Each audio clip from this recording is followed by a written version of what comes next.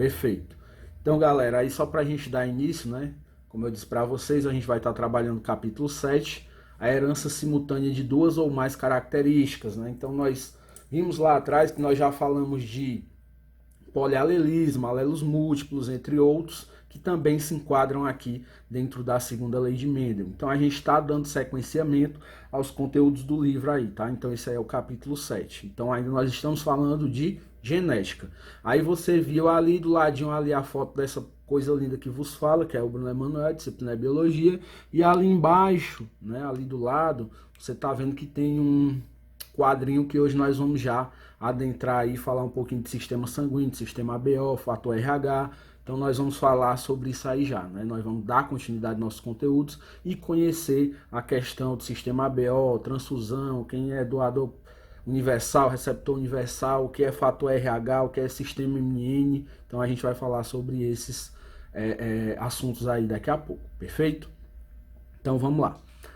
Pessoal, dando continuidade aí, então nós vamos traçar aqui alguns objetivos, tá bom? Que a gente precisa alcançar nesse nosso conteúdo aí. Então a gente precisa compreender e entender a segunda lei de Mendel, assim como nós já fizemos com a primeira. A partir daí a gente vai compreender como é que se dá os casos de herança genética que envolve mais de um gene ou mais de um tipo de mais de um código genético. Então a gente vai tratar hoje de duas ou mais características que são tratadas ao mesmo tempo, perfeito? E logicamente a gente vai também trabalhar a questão dos grupos sanguíneos e sistema RH. Então a gente vai compreender a herança dos grupos sanguíneos e do sistema RH, conhecer o que é um e o que é outro e como eles se complementam, tá bom? A gente vai falar um pouquinho deles mais à frente aí, lá no finalzinho, quase no finalzinho da nossa aula, tá bom? Bom, pessoal, segunda lei de Mendel, o que vem ser ou o que vem a ser a segunda lei de Mendel, né? Segunda lei de Mendel, ou lei da segregação independente, já está dizendo segregação independente. Então o que é que acontece? Que aqui na segunda lei de Mendel, diferente da primeira, as características elas vão aparecer uma independentemente da outra, ou seja, uma característica não depende da outra para acontecer. É isso basicamente que a segunda lei de Mendel fala para nós. Independente baseia-se na transmissão combinada de duas ou mais características, falando assim em de hibridismo, ou seja, quando você tem dois genes atuando, trihibridismo quando são três e polihibridismo quando são mais de três, né? Então você tem aí a segunda lei de Mendel falando dessas características sendo ocasionadas por dois, três ou mais pares de genes, tá bom? Então a gente vai falar sobre isso aqui hoje. E não é fato ou não é novidade, porque nós já falamos isso na primeira lei de Mendel, né? De quando é trabalhado somente uma característica, ou seja, você só tem um par de genes atuando. Então vamos atuar aqui, ou vamos usar um exemplo aqui, para a gente entender essa segunda lei de Mendel. Segundo o Mendel, o que foi que ele fez? Ele utilizou, né, o mesmo conceito lá, utilizando as ervilhas. Ele usou as ervilhas para estudar a primeira e segunda lei de Mendel. Então, no exemplo aqui, ele realizou cruzamentos entre sementes verdes e rugosas, com sementes amarelas e lisas. O que é isso? Ora, ele usou aqui duas características ao mesmo tempo.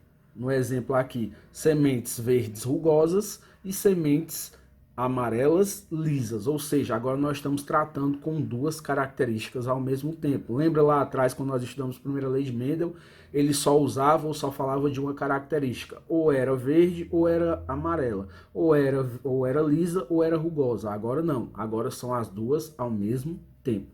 Então a gente vai trabalhar aqui com esse exemplo, tá bom? As sementes verdes e as sementes as sementes verdes rugosas e as sementes lisas amarelas. Perfeito? Bom, até então, ele chamou essa característica, ou chamou essa geração, de geração parental. Isso nós já vimos também. O que é a geração parental? Chamada de geração P, são os indivíduos que são ditos ou chamados puros, né? Quando nós vimos lá atrás, são os indivíduos que apresentam gametas que são puros, ou seja, ainda não estão misturados com ninguém, ou seja, você só tinha indivíduos amarelos lisos e você só tinha indivíduos com sementes verdes rugosas. Então eles eram os indivíduos chamados puros.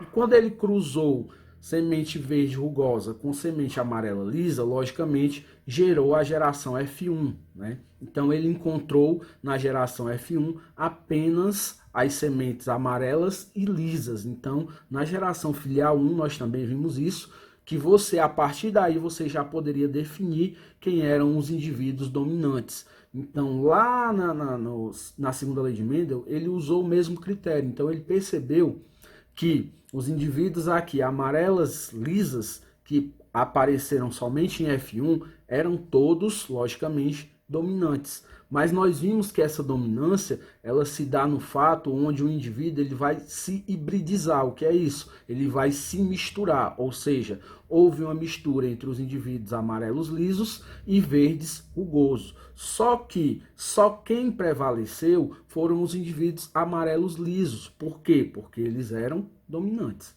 Então, nesse caso, a cor amarela e lisa, no caso a cor amarela e o fator liso, eles eram fatores, no caso, dominantes, como ele viu aqui e percebeu no seu primeiro cruzamento. Tudo bem, pessoal? Posso ir para frente aí? Tá ficando claro?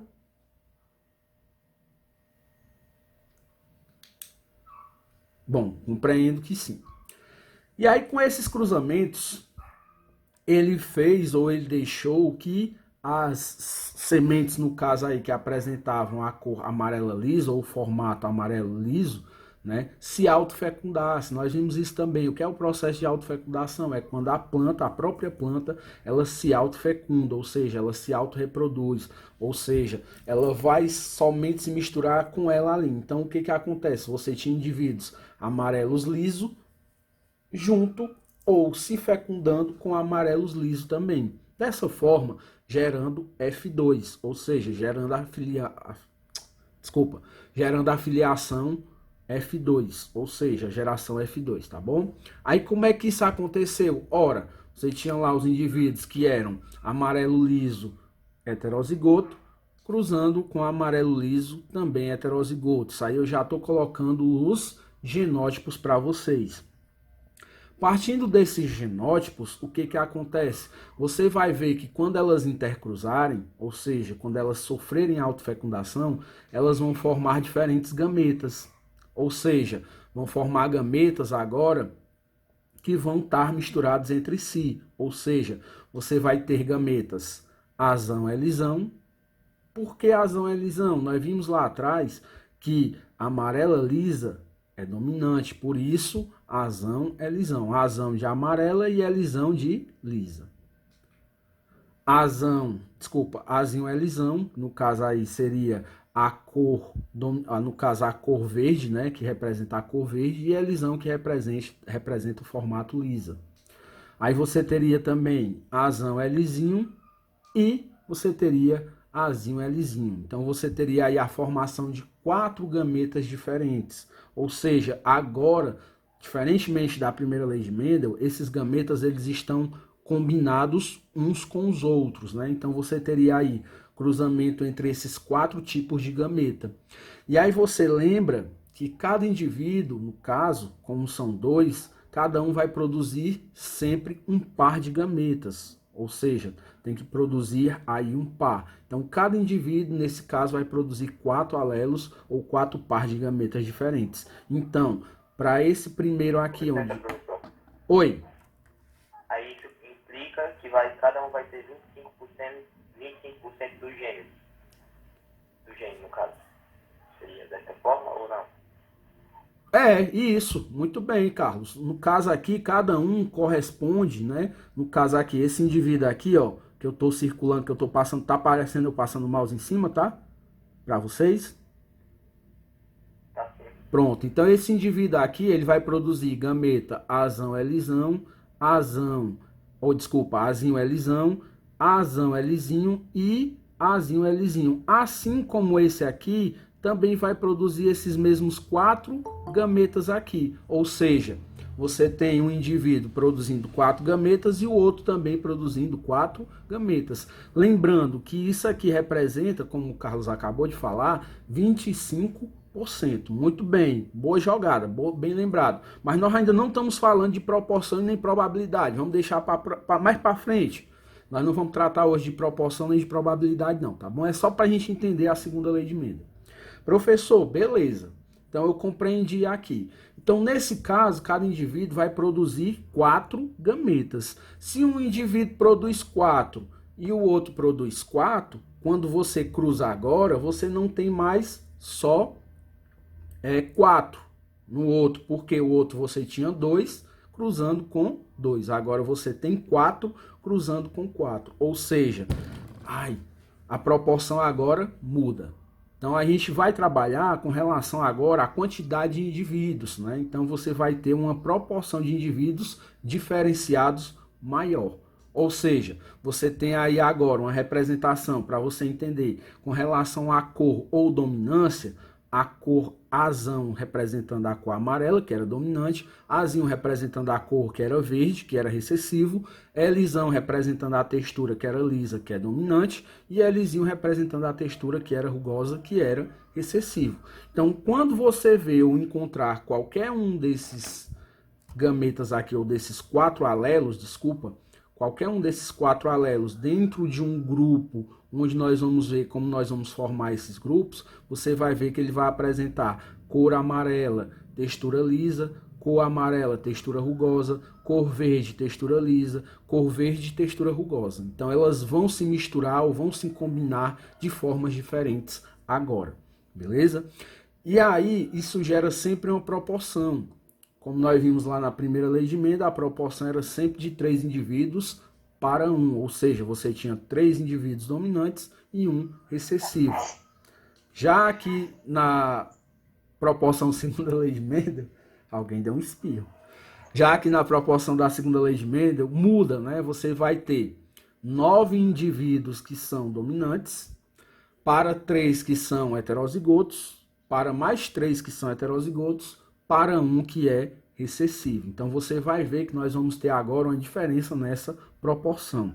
Por que, professor, que isso acontece? Lembra que eu falei? Agora ocorre a produção de 4 tipos de gametas. Lá na primeira lei de Mendel só era 2. É por isso que no cruzamento dos indivíduos, quando você tinha 2 de um e 2 de outro, você encontrava sempre 4 indivíduos. E aqui não, você tem 4 de um e 4 do outro. Se você tem 4 gametas de um e 4 gametas de outro, quando eles se cruzam, 4 vezes 4 é igual a 16. Então aqui o quadrinho que nós usávamos lá, que era o quadro de Punnett, ele vai aumentar um pouquinho, tá bom? Então, para que a gente entenda, a gente vai fazer um intercruzamento entre essas ou entre esses gametas, tá bom? Posso ir para frente? Pode. Pronto, então bora lá. Indo para frente aqui, como eu falei para vocês, agora sim, agora a coisa começou a diferenciar. Olha lá como eu falei para você. Você lembra que eu falei que cada um produz 4 gametas diferentes? Então imagine que aqui é gameta do pai, aqui também é do pai, aqui também é do pai e aqui é do pai. E esses outros aqui correspondem como se fossem os gametas femininos, gametas masculinos e gametas femininos. Então você tem aí gameta masculino, azão, Lzão, azão, Lzinho, azinho, Lzão e azinho, Lzinho. Da mesma forma você tem aqui para o outro indivíduo do outro sexo. E quando você intercruza eles, ou quando você cruza esses indivíduos uns com os outros, ele vem a mostrar qual tipo de indivíduo ele vai formar. Por exemplo, quando eu tenho ali o cruzamento desse indivíduo aqui, que nós já fizemos isso lá na primeira lei de Mendel, ó. Azão com azão, você tem azão, azão. Lzão com Lzão, você tem Lzão, Lzão. Aí você volta lá atrás e lembra que eu falei para você que quando ele apresenta um azão ou apresenta um Lzão, ele é um indivíduo dominante. Então ele é um indivíduo que apresenta as características que são dominantes. Então as características que eram dominantes, que nós vimos já sobre isso aqui lá atrás, eram características amarela, lisa. Ah, professor, e se ele apresentar Azinho e Lzinho, você vai ver que ele vai ter ou vai apresentar as características do indivíduo recessivo. Lógico que a recessividade, sempre lembrando, ela só aparece se ela estiver em dose dupla. Ah, professor, então você está vendo aí a quantidade de indivíduos. Se você contar comigo aqui, você vai ver que nesses cruzamentos agora, a partir da segunda lei de Mendel, você vai encontrar uma probabilidade diferente e uma proporção diferente. Então nós temos aqui agora 1, 2, 3, 4, 5, 6, 7, 8, 9, 10, 11, 12, 13, 14, 15, 16. Ou seja, eu falei para você que agora o cruzamento, como é 4 gametas de um e 4 gametas do outro, esse cruzamento de 4 e 4 vai formar 16 indivíduos. Só que esses 16 indivíduos, eles são diferentes. Deixa eu voltar um pouquinho aqui só para me mostrar desculpa, deixa eu voltar aqui um pouquinho só para me mostrar a proporção. A proporção agora é o quê? 9 indivíduos para 3 indivíduos para 3 indivíduos para 1. 9 para 3 é o quê? 9 indivíduos serão dominantes ou apresentarão a característica dominante, 3 indivíduos apresentarão uma característica intermediária misturada, mais 3 indivíduos apresentarão também uma característica misturada e um indivíduo apenas vai ser recessivo, ou seja, a recessividade ainda continua, tá? Como eu mostro aqui para você, e ela se encontra bem aqui assim. Quando você observar, você vai ver que a recessividade ela vai estar bem aqui no cantinho, ó. Ou desculpa, eu esqueci de separar aqui, mas seria Azinho, Azinho, Lzinho, Lzinho, tá bom? Depois eu ajeitar aqui quando eu for enviar para vocês, tá bom? Eu dou um jeitinho de trocar aqui as letras, tá? Tudo bem? Alguma dúvida, alguma pergunta com relação aqui ao nosso quadro? Então agora, pessoal, já que a gente falou dessa história da questão dos grupos sanguíneos, da segunda lei de Mendel, os grupos sanguíneos, como o sistema ABO, sistema RH e sistema MN, eles também partilham um pouco da segunda lei de Mendel. Por quê? Sistema ABO é um tipo de polialelismo, ou seja, você tem mais de um alelo atuando, e sistema RH você também tem aí como se fosse primeira lei de Mendel, e sistema MN também você tem primeira lei de Mendel. Mas eles basicamente formam um tipo de trihibridismo, ou seja, sistema ABO é independente do sistema RH e sistema RH é independente do sistema MN. Ou seja, você pode ter um sangue tipo A, tipo B, tipo AB e tipo O, pode ter um RH positivo ou um RH negativo, pode apresentar um sangue do tipo M, do tipo N ou do tipo MN. Compreende como é que funciona?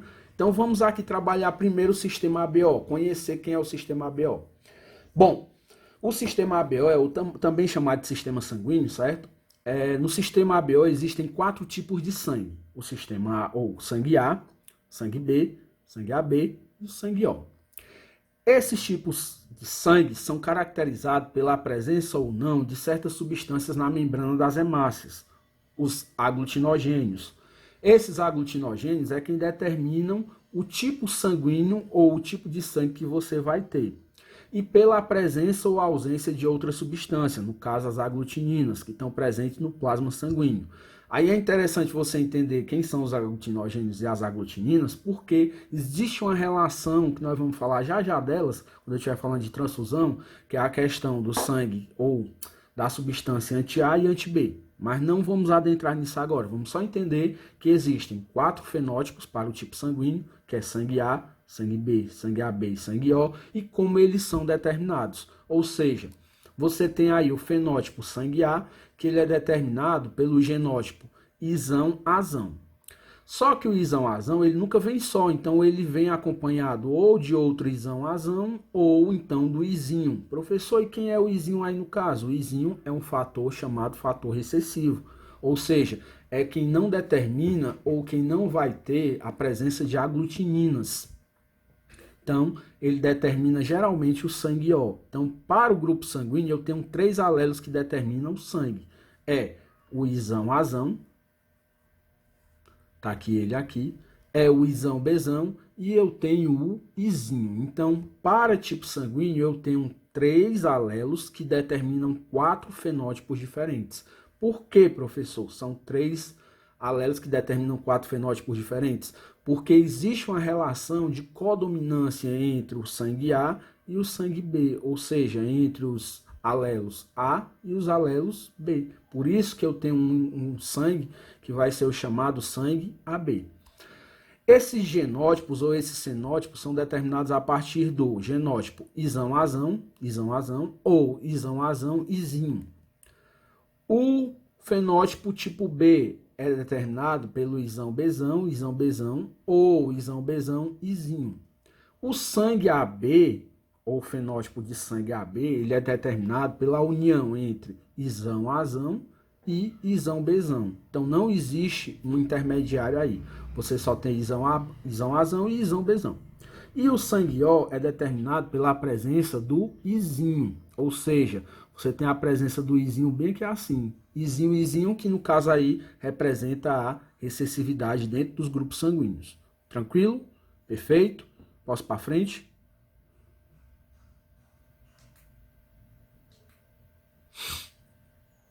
Os possíveis genótipos para o tipo sanguíneo baseiam-se nisso aqui. Você tem aí os genótipos que vão determinar o sangue, certo?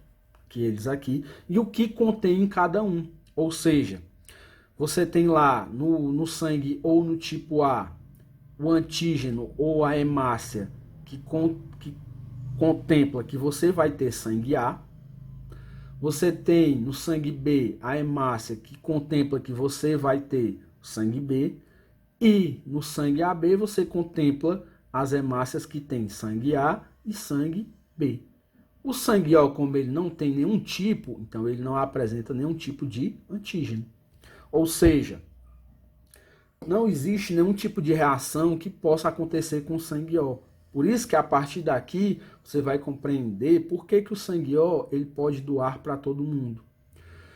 Mas já a questão de anticorpos, o que acontece? Quando você apresenta ou se apresenta com sangue A, você logicamente apresenta anticorpo B, ou seja, você apresenta anticorpos contra o sangue B. E se você tem sangue tipo B, você apresenta anticorpo contra o sangue A. Mas já se você possui sangue AB, você não apresenta anticorpo nenhum contra A e nenhum contra B. E se você apresenta ou tem o sangue O, você apresenta os dois tipos de anticorpos. É por isso que não existe nenhuma reação contra o sangue O. Por isso que ele consegue fazer doação de sangue para todo mundo. Ou seja, o fator O ele consegue doar para todo mundo porque ele apresenta nas suas hemácias anti-A e anti-B.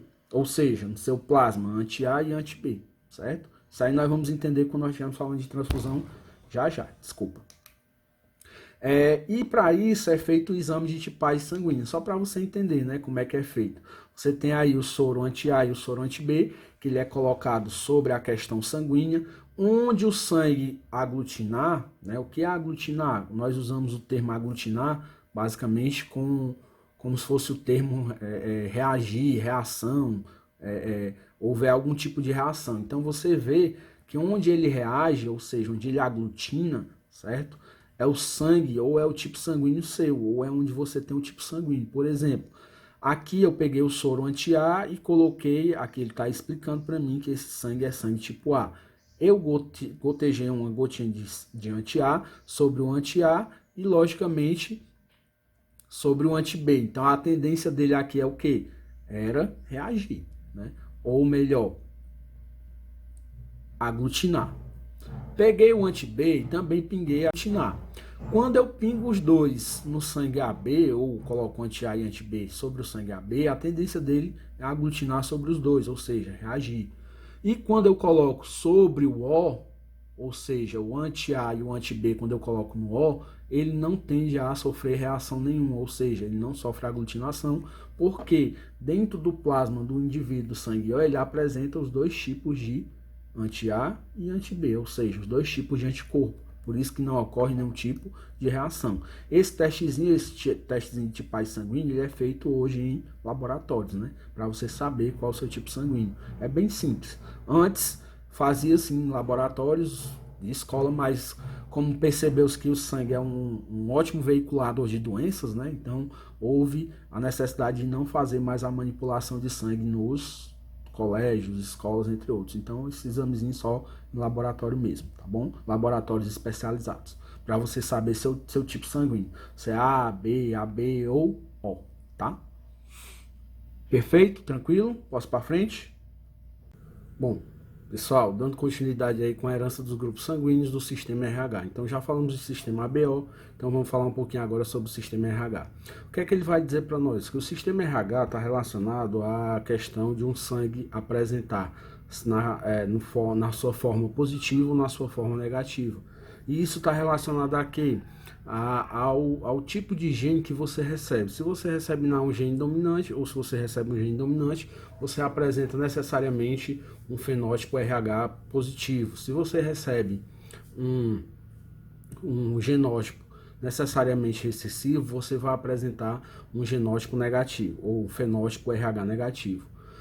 Mas o que isso tem a ver, professor? Sangue positivo, sangue negativo? Está relacionado principalmente à questão de quando há as transfusões de sangue, ou seja, geralmente as pessoas que apresentam um RH positivo, elas podem receber um sangue RH negativo.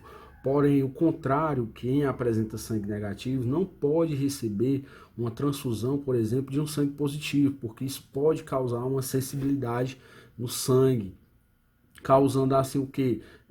A necessidade do corpo produzir anticorpos ou chamado anti-RH, que vai tentar combater esse organismo ou esse sangue, achando que é um corpo estranho. Então, como é que funciona? Ele vai dizer aí para nós. No plasma não ocorre naturalmente o anticorpo anti-RH, de modo semelhante ao que acontece no sistema MN. Então, o sistema MN e o RH, eles são parecidos. O anticorpo, no entanto, pode ser formado se uma pessoa do grupo RH negativo recebe sangue de uma pessoa RH positivo. Esse problema nas transfusões de sangue não são tão graves, a não ser que as transfusões ocorram repetidas vezes, como também é o caso do sistema MN, ou seja, isso não acontece naturalmente, é só se houver uma recorrência, ou seja, aquele indivíduo que apresentava um sangue negativo ficou recebendo durante muito tempo uma transfusão de sangue positivo. Isso pode ocasionar a produção de anticorpo anti-RH. E isso é grave por quê? Ou não é tão grave? Porque você quase não tem problemas de relação à transfusão sanguínea com relação ao fator RH. Por quê? Sabendo se é um RH positivo, logicamente, você pode doar negativo ou positivo, então tanto faz. Já para sangues RH negativo, então você tem que ter um cuidado maior com relação a isso. Professor, quem determina se um RH é positivo ou negativo? São os genótipos. Genótipo esse que nós vamos ter aí a representação para Rzão ou Rzinho. Então, quando você tem aí Rzão, é o fator dominante e Rzinho é o fator recessivo.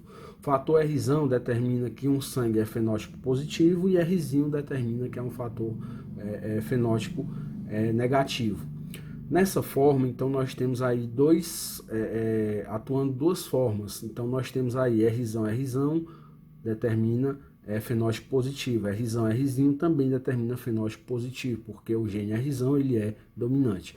Já o Rzinho ele é recessivo, então a recessividade ela só acontece se estiver em dose dupla. Então o fator negativo é determinado pelas letras Rzinho e Rzinho. Perfeito? Indo para frente.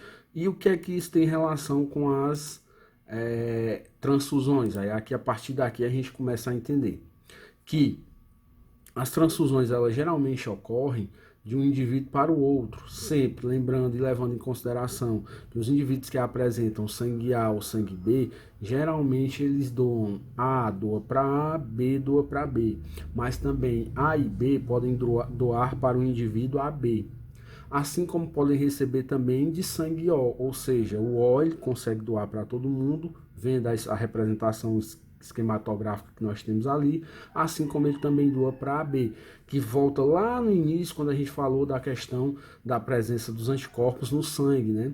Esses anticorpos que estão presentes lá no anti-A e no anti-B, eles vão reagir com outros tipos sanguíneos. Porém, como eles se encontram também no sangue O, ele não tem a capacidade de reagir com nenhum, ou seja, ele neutraliza essa história do anti-A e anti-B. Por isso que ele consegue doar para todo mundo. Nesse caso, o O no caso vai ser considerado o doador universal. E o AB, como ele não apresenta nenhum tipo de antígeno, ou seja, anticorpo, ele não reage com ninguém, ele pode receber de todo mundo, inclusive receber também de O. Com um pequeno detalhe, já que a B recebe de todo mundo, O, logicamente, doa para todo mundo, eu tenho aí duas conclusões para tirar nessa história, que há o doador universal e há o receptor universal. No caso, o AB chamado de receptor universal e o O, desculpa, ele é chamado de doador universal, devido à questão das hemácias. Para ser mais específico ainda, você poderia dizer que o O negativo é o doador universal e o AB positivo seria o receptor universal. Porque aí eu boto ou introduzo a questão do RH, que está ali do ladinho aqui, no outro slide, a questão do RH, fator RH. Quem apresenta RH positivo pode receber de RH negativo, assim como RH negativo pode doar para RH positivo. Porém, o contrário não acontece, ou seja, você não pode pegar um sangue positivo e dar para um indivíduo que apresenta fator negativo, porque pode haver a sensibilidade nas hemácias, e aí a partir daí esse indivíduo, logicamente, ele vai precisar sempre estar tomando um fator ou uma vacina chamada vacina anti-RH, que é o que geralmente acontece com as mulheres que sofrem com a eritroblastose fetal. Ponto. Professor, o que é essa eritroblastose fetal? Vamos para frente aí para você entender. A eritroblastose fetal é um tipo de reação que o organismo feminino sofre quando ela tem contato ou ela tem o primeiro filho e esse filho apresenta um fator RH positivo e, logicamente, a mãe um RH negativo. Eritroblastose fetal, também chamada doença hemolítica do recém-nascido, ela se dá da seguinte forma: quando a mãe apresenta RH negativo, o pai RH positivo e o filho, logicamente, também apresenta esse RH positivo, ou seja, pai sangue positivo, mãe sangue negativo e filho sangue positivo. Sempre lembrando que isso só vai ocorrer devido ou após a primeira gestação, ou seja, a mulher teve o primeiro filho, devido a ela entrar em contato com as hemácias do filho durante a corta do cordão umbilical, ela vai entrar em contato com esse sangue do feto. Ora, logicamente, a partir daí ela cria uma sensibilidade com relação às hemácias do filho que era RH positivo, já que a mãe apresenta sangue negativo. Essa incompatibilidade sanguínea, ela causa ou ela pode causar no segundo filho, caso ele também seja RH positivo, um aborto espontâneo, né? Uma liberação desse organismo, tentando colocar esse indivíduo para fora. Então, a partir daí você tem um aborto espontâneo.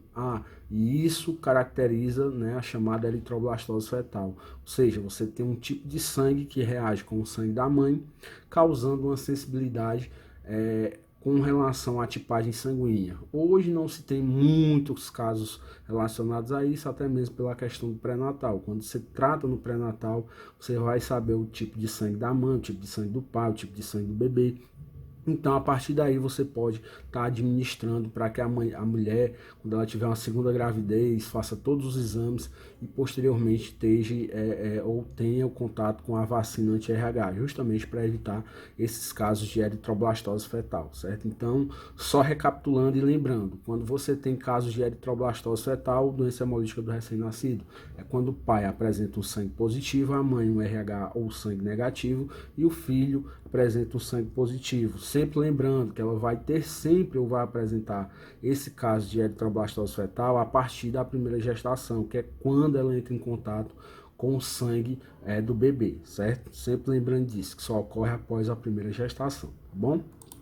E só para finalizar, agradecer a presença de todos, desejar que tenham todos um ótimo dia de estudos, lembrando-se sempre que é no meio da dificuldade que encontra-se a oportunidade. Albert Einstein, certo?